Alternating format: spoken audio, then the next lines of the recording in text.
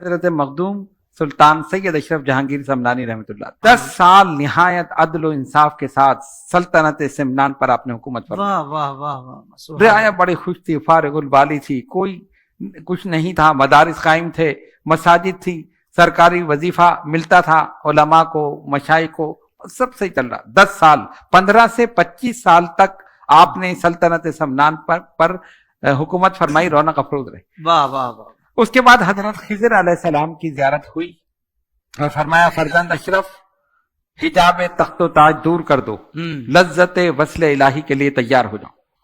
آپ نے فرمایا ٹھیک۔ صبح ہوئی، والدہ محترمہ کی خدمت میں حاضر ہوئے، اس طرح میں نے یہ دیکھا ہے اور میں سوچ رہا ہوں کہ سلطنت چھوڑ کر فقیری اختیار کروں۔ تو آپ جانتے ہیں انہوں نے کیا فرمایا؟ فرمایا اسی دن کا تو میں انتظار کر رہی تھی۔ اللہ، اچھا، کہا تمہارے نانا حضرت خواجہ احمد یسوی رحمت اللہ علیہ نے مجھے بشارت دی تھی کہ تمہارے یہاں ایک فرزند ہوگا جو ترک سلطنت کر کے فقیری اختیار کرے۔ جاؤ بیٹا، واہ واہ، مردانہ وار جاؤ، سبحان میری اللہ۔ دعائیں تمہارے ساتھ ہیں، اب حشر میں ہماری ملاقات ہو۔ کیا کہنے ہیں اب دیکھیے ماں اپنے لخت جگر کو اپنے سے دور کر رہی ہے، کہا نہیں جاؤ اللہ کی راہ میں نے تمہیں اللہ کے سپرد کیا، سلطنت چھوڑ کے جا رہا ہے، اللہ، کہا جاؤ میری دعائیں تمہارے ساتھ، اللہ، مردانہ وار جاؤ، اللہ سبحان، تمہیں کامیاب کرے۔ واہ واہ، اچھا، پھر ایک بات کہی، فرمایا لیکن ایسا کرو جب تم سمنان سے نکلو تو اکیلے نہ جاؤ۔ جی، اچھا، آپ نے یہ فرمایا تھا کہ میں اپنے چھوٹے بھائی آراف ان کا نام تھا، میں ان کو بٹھا کے جا رہا ہوں۔ تو والدہ محترمہ نے فرمایا اگر ایسے جاؤ گے تو لوگ سمجھیں گے شاید بھائیوں میں لڑائی ہو گئی، ایک بھائی نے دوسرے کو نکال دیا، تو تم جب جاؤ تو فوج تمہارے ساتھ ہوں، وزراء ساتھ ہوں، عمراء ساتھ ہوں، آگے جا کے انہیں رخصت کر دینا، لیکن شہر سے اس طرح نکلو ٹھیک ہے، کہ عوام پر کوئی غلط اثر نہ بہت پڑے۔ اچھے، واہ واہ، آپ نے فرمایا ٹھیک ہے۔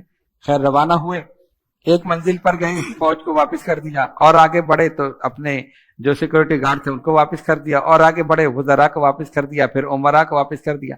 اب منزل پر منزل چلتے جا رہے ہیں، ایک ایک کو واپس کرتے جا رہے ہیں۔ واہ واہ واہ، اب 2 خادم تھے، ان کا نہیں ہم تو ساتھ ہی رہیں گے۔ آہا، فرمایا بھائی میری منزل الگ ہے تمہاری الگ ہے، نہیں نہیں ہم تو ساتھ رہیں۔ فرمایا اچھا ٹھیک۔ اور حضرت کی کیفیت کیا تھی کہ رات میں جاگتے تھے اور صبح نہایت قلیل وقت میں نیند کرتے تھے اور پھر سفر پہ روانہ۔ اللہ، اب وہ جو رات کو جاگے تو صبح تو سوتے رہ گئے، خدا، اب لیکن ہم ایک رات جاگ لے تو سوتے ہی رہتے، جی صحیح، اور اللہ کے جو ولی ہیں ان کے ہر روز روزے عید، ہر شب برات، اللہ، ان کے لیے تو معاملہ ہی الگ۔ ایسا ہی ایسا ہی، تو آپ نے جب دیکھا یہ سو رہے ہیں، ان کو سوتا ہوا چھوڑ کے آگے بڑھ گئے۔